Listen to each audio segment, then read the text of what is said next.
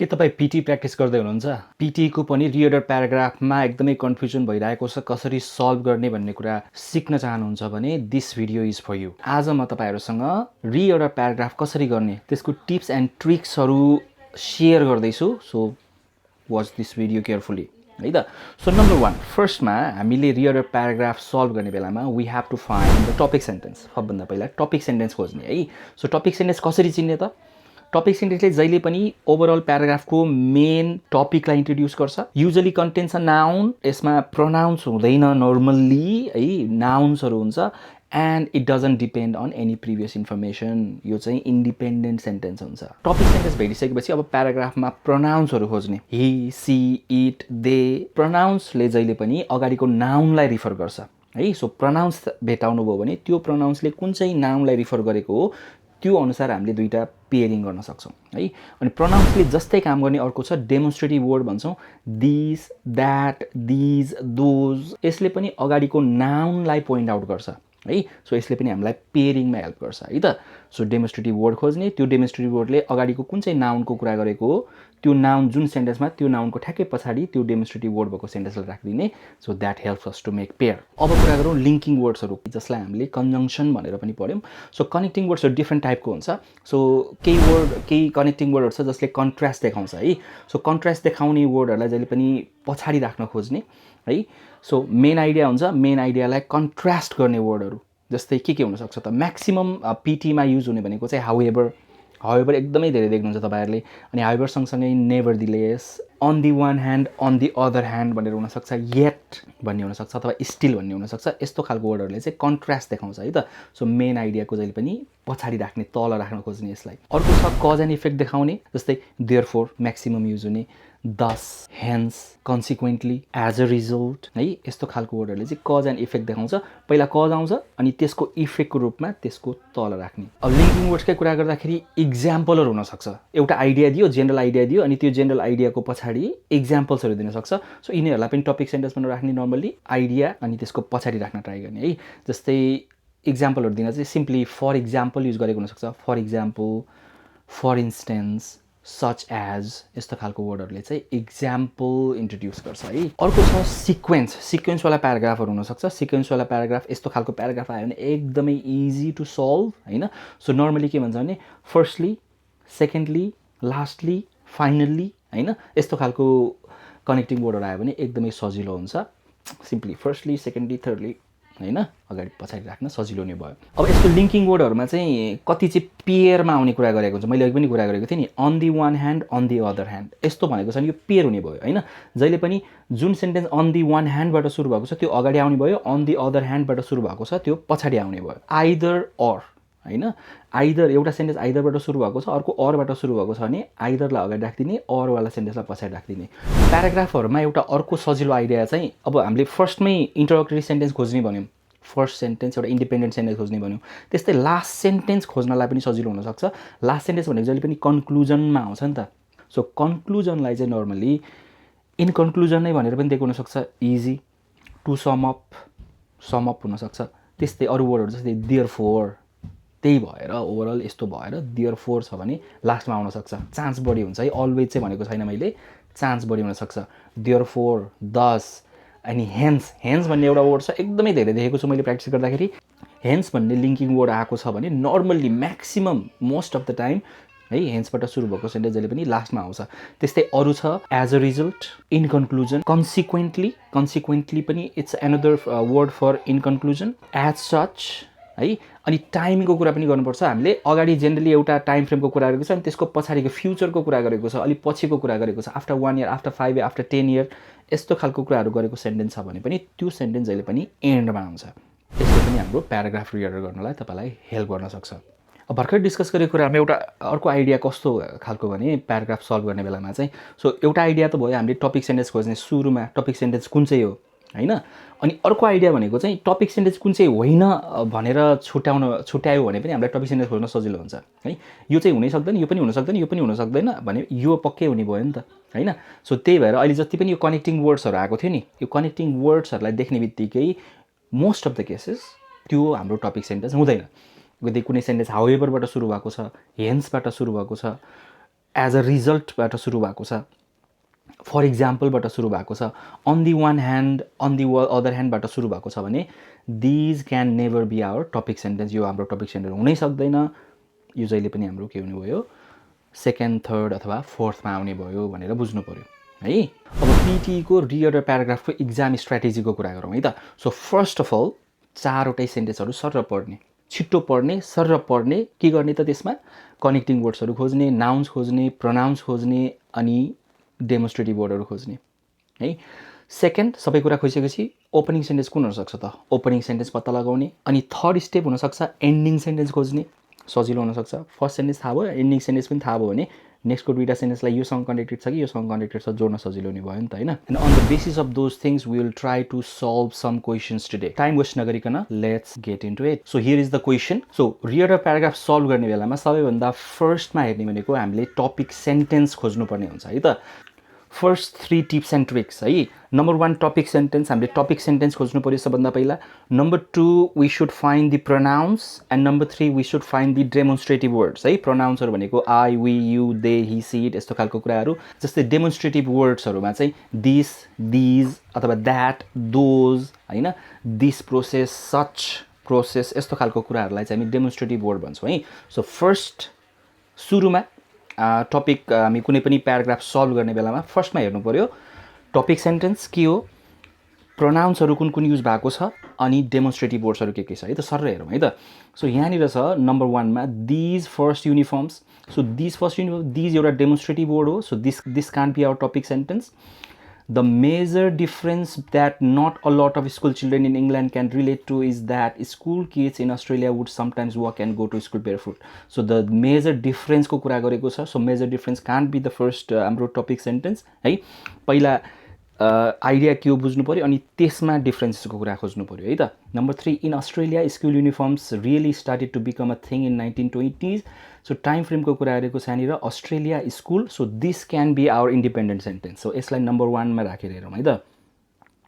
So हामीसँग दुईवटा नाउन्सहरू छ यहाँ, अस्ट्रेलिया र स्कुल युनिफर्म्स। अब हेरौँ है त। दिज फर्स्ट युनिफर्म छ यसमा, द मेजर डिफ्रेन्सेसको कुरा गरेको छ यहाँनिर। अनि after the second world war however the style. So यसले डिफ्रेन्ट आइडियाको कुरा गरेको छ, यसलाई पनि हल्का पछि हेरौँ है त।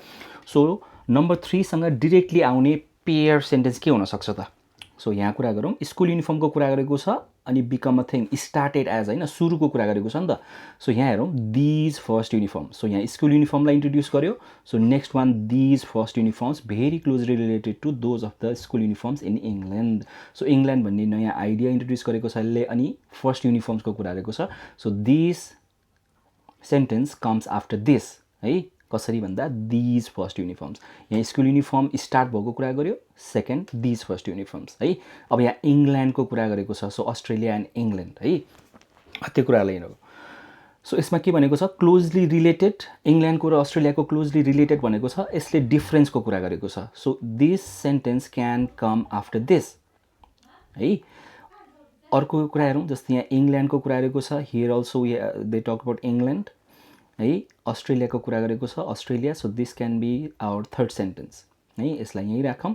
And after the second world however the style of Australian school uniforms becomes much more casual.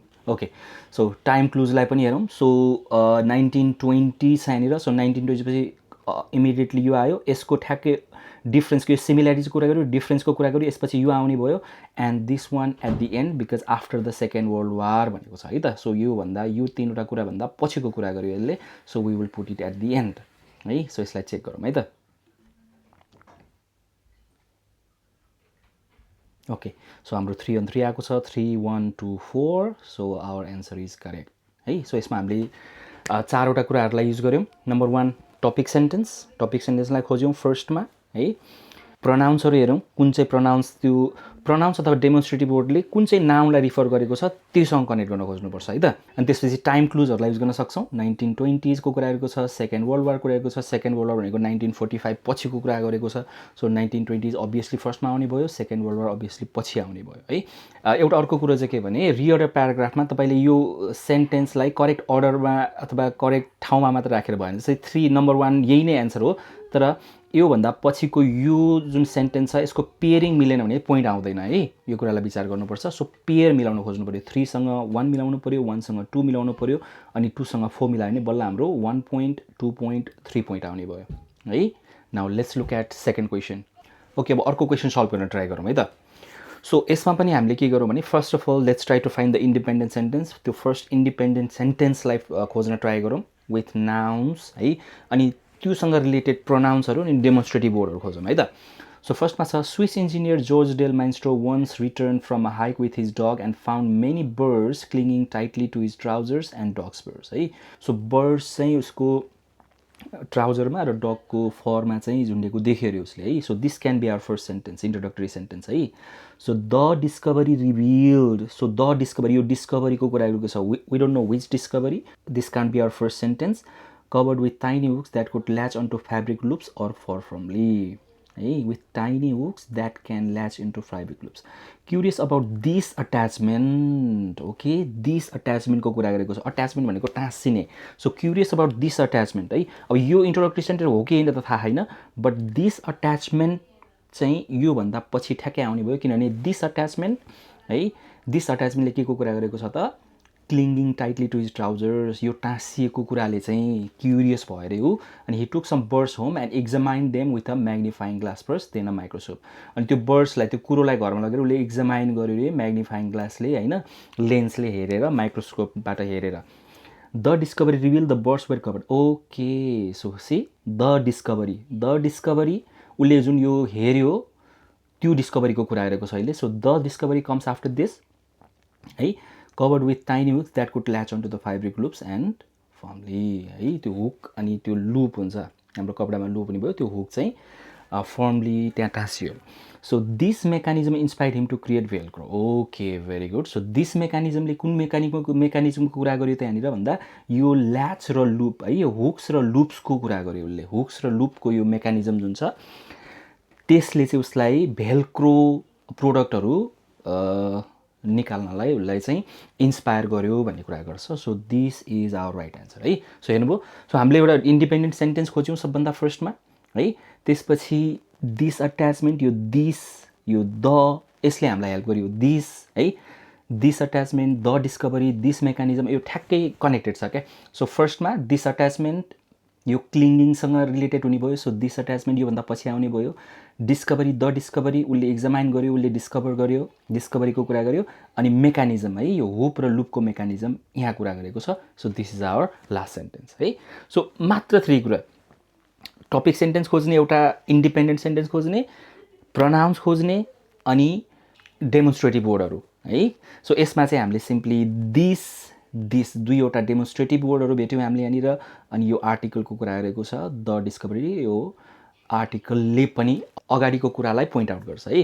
अनि आर्टिकलको कुरामा एउटा कुरा भन्दाखेरि चाहिँ कहिलेकाहीँ हामीले प्याराग्राफहरूमा चाहिँ अ एन्ड द 3वटा आर्टिकल हुन्छ होइन, अले, अ अथवा एन्डले एउटा नाउनलाई इन्ट्रोड्युस गर्छ सेन्टेन्समा होइन, अनि त्यही नाउनको बारेमा फेरि कुरा गर्नु पऱ्यो भने चाहिँ हामी द युज गर्छौँ क्या। जस्तै फर इक्जाम्पल एउटा सिम्पल सेन्टेन्स हेरौँ, जस्तै आई हेभ अ क्याट, मसँग एउटा बिरालो छ, जेनरल सेन्समा कुरा गऱ्यौँ, आई हेभ अ क्याट। अब मैले त्यही क्याटको बारेमा नेक्स्ट सेन्टेन्समा कुरा गर्नु पऱ्यो भने चाहिँ फेरि अ क्याट भन्नु हुँदैन, द क्याट भन्नुपर्छ क्या है। I have a cat, the cat loves to drink milk है। सो द क्याटले कुन कता पोइन्ट गर्यो त, त्यो मसँग भएको क्याटलाई, अ क्याटलाई पोइन्ट आउट गर्यो है। सो द पछि नाउन आएको छ भने नर्मली त्यस्तो नाउनहरूले चाहिँ अगाडिको सेन्टेन्सलाई पोइन्ट आउट गर्ने भएर त्यसलाई हामी पछाडि राख्छौँ, तर इट्स नट अलवेज त्यो केस हुँदैन होइन, बट नर्मल्ली जेनरली है त। ओके, अब यो प्याराग्राफलाई हेरौँ है त। सो यो प्याराग्राफ हामीले फर्स्टमा हेरौँ, हाउ एभर है। सो मैले भनेको थिएँ तपाईँहरूलाई टिकटकमा गएर टिप्स एन्ड टिप्सहरू हेरिसक्नु भएको छ भने थाहा होला। सो हाउ एभरले कहिले पनि नयाँ कुरालाई इन्ट्रोड्युस गर्दैन, हाउ एभरले इन्ट्रोड्युस भइसकेको कुराको अपोजिट कुरा गर्छ है। सो यो हामी फर्स्ट सेन्टेन्स हुँदैन, so let's leave it for now. The scientist told the teacher that they had selected a group of high IQ students. साइन्टिस्टले चाहिँ टिचरहरूलाई भनेको उनीहरूले हाई आइक्यू भएको स्टुडेन्टहरू सेलेक्ट गरेको छ भनेर भन्यो अरे है। So this can be our first sentence. Let's see, अरू सेन्टेन्स पनि हेर्दै गरौँ, तर यसलाई फर्स्टमा राखौँ है त। In reality the students were selected and in रियालिटीमा रियलमा चाहिँ के भने भन्ने कुरा गरेको छ. So this also can't be our introductory sentence. तर यहाँ द स्टुडेन्ट्स वेयर सेलेक्टेड भनेको छ. सो द स्टुडेन्ट्स, यो द स्टुडेन्टले कोही स्टुडेन्टलाई पोइन्ट आउट गरिरहेको छ है. सो हामी अहिले हेर्छौँ त्यसलाई. The teacher assume that these students were chosen based on an IQ test. So students हाम्रो रिपिट भइरहेको छ यहाँनिर है. So the students, the teacher assume that these students है. सो यो स्टुडेन्ट कहाँनिर इन्ट्रोड्युस भएको छ त्यसलाई हेरौँ. So this is our first sentence. हामी स्योर भयौँ किनभने यो तिनटै चाहिँ हाम्रो के हुँदैन, फर्स्ट सेन्टेन्स हुँदैन. So this must be the introductory sentence.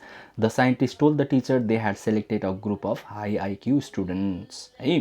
So यसमा तीनवटा नाउनहरू इन्ट्रोड्युस भएको छ. द साइन्टिस्ट, द टिचर अनि ग्रुप अफ आइक्यू स्टुडेन्ट्स, तीनवटा कुराहरू है. ओके, अब नम्बर 2मा योसँग रिलेटेड के हुनसक्छ त है. So however the performance turned out to be outstanding last year. This can be the conclusion. Let's see. यसले के भन्यो, the teacher had selected a group of high IQ students. Okay, the teacher assume that these students were chosen based on an IQ test. Okay, so high IQ स्टुडेन्ट्सहरू दियो रे, तर टिचरहरूले चाहिँ के एज्युम गर्यो अरे भने the teacher assume that this students were chosen based on IQ test. IQ test, अब हाई आइक्यू स्टुडेन्ट भनेपछि आइक्यू टेस्टको बेसिसमा चाहिँ चुज भयो होला भन्ने अज्युम गर्यो अरे है. इन रियालिटी, तर रियालिटीमा चाहिँ the students were selected at random. Okay, so त्यसको ठ्याक्कै अपोजिट कुरा गर्यो है. सो यहाँनिर स्टुडेन्ट, हाई आइक्यू स्टुडेन्टको कुरा गर्यो. The teacher assume these students, यो हाई आइक्यू स्टुडेन्टहरू चाहिँ उसले आइक्यू टेस्टबाट होला भन्ने अज्युम गर्यो अरे. अनि in reality the students were selected at random, यसको ठ्याक्कै अपोजिट कुरा गर्यो है. आइक्यू टेस्टमा नभइकन ऱ्यान्डमली सेलेक्ट गरेको रहेछ. Okay, and however their performance turned out to be outstanding years later. So टाइमको कुरा पनि गरेको थियो नि अघि हामीले फर्स्ट प्याराग्राफ सल्भ गर्ने बेलामा होइन. सो इयर्स लेटर, 1 वर्ष पछिको कुरा गर्यो, त्यही भएर यसलाई हामी लास्टमा राख्छौँ है त. एन्ड हाउएभरको कुरा पनि गरेको छ. हाउएभरले जहिले पनि अपोजिट आइडिया, अलग आइडियाको कुरा गर्छ. सो यो तिनवटाले एउटै आइडियाको बारेमा कुरा गरिरहेको छ अनि यसले अलग आइडिया कुरा गर्यो, त्यसलाई हामी लास्टमा राख्छौँ है त. सो लेट्स चेक, सबमिट गरौँ. यस है. सो 3 आउट अफ 3 सबै कुराहरू मिल्यो. ओके, सो यसमा पनि हामीले के गर्यौँ, सेम आइडिया है त. इन्ट्रोडक्टरी सेन्टेन्स अनि प्रोनाउन्सहरू खोज्ने, डेमोन्स्ट्रेटिभ वर्डहरू खोज्ने, त्यसलाई अगाडिको नाउनसँग कनेक्ट गर्न खोज्ने. That's all. अब एउटा लास्ट प्याराग्राफ हेरौँ है त. ओके, अब यो प्याराग्राफलाई हेरौँ है त. So on the other hand भनेको छ, सुरुमै अन दि अदर ह्यान्ड भन्यो. This can't be our first sentence है. अन दि वान ह्यान्ड भन्यो. सो एउटा कुरा के कन्फर्म हुन्छ भने on the one hand always comes before. तर यो अब कनेक्टेड छ कि छैन त थाहा छैन हामीलाई. तर अन दि अदर ह्यान्ड पछि आउँछ, अन दि वान ह्यान्ड पहिला आउँछ है त. ओके, यसमा पनि हाउएभर भनेको छ. So this can't be our first sentence है. So on the one hand, on the other hand, यो कुनै आइडिया इन्ट्रोड्युस गरिसकेपछि एकातिर यस्तो हुन्छ भने अर्कोतिर यस्तो भयो भन्ने कुरा गर्ने भयो नि त. So these also can't be our first sentence. So यो हाम्रो टपिक सेन्टेन्स हुने भयो है त. सो टपिक सेन्टेन्स हुने भयो किनभने यसले this sentence doesn't refer back to anything है. कुनै पनि कुरालाई रिफर गर्दैन यसले है. अब योसँग नेक्स्ट, एक्ज्याक्टली नेक्स्ट के हुन्छ त्यसमा हेरौँ है त. सो 3वटा नाउनहरू छ. So let's try to find out. However, the comprehensive legislative and policy framework differs widely. Okay, so most European countries, लगभग सबै युरोपियन कन्ट्रिजहरू चाहिँ इनइक्वालिटिज, जेन्डर इनइक्वालिटिज इन एजुकेसनसँग कन्सर्न हुन्छन् रे. Comprehensive legislative and policy framework differs widely, तर legislative चाहिँ differs widely गर्छ. यस्तो भए पनि यसले कन्ट्रास्ट आइडिया, यसको ठ्याक्कै कन्ट्रास्ट आइडिया दियो यसले है. यसले चाहिँ सबै मोस्ट युरोपियन कन्ट्रीमा सिमिलर हुन्छ भनेको छ. यसले चाहिँ के भन्यो, डिफर्स वाइडली है. लेजिस्लेटिभ पोलिसी फ्रेमवर्क चाहिँ एकदमै डिफर गर्छ कन्ट्री टु कन्ट्री भन्ने कुरा गर्छ है त. सो हामी स्योर भयो कि यो पछि यो आउँछ, यो पछि यो आउँछ है. यो स्योर भयो फर्स्ट सेन्टेन्स, यसको पेयर यही नै हो भन्ने थाहा भयो, यसको पेयर पनि यही नै हो थाहा भयो भने वी सल्भ द प्याराग्राफ. हामीले प्याराग्राफ सल्भ गऱ्यौँ है त. So on the one hand, on the other hand. So यसलाई सबमिट गरेर हेरौँ है त. Let's submit. Okay, 3 out of 3. So हामीले त्यही टिप्स एन्ड ट्रिक्सहरू युज गरेर हामीले सल्भ गर्न ट्राई गऱ्यौँ 4वटा प्याराग्राफहरू. Hope these ideas will help you in your exam.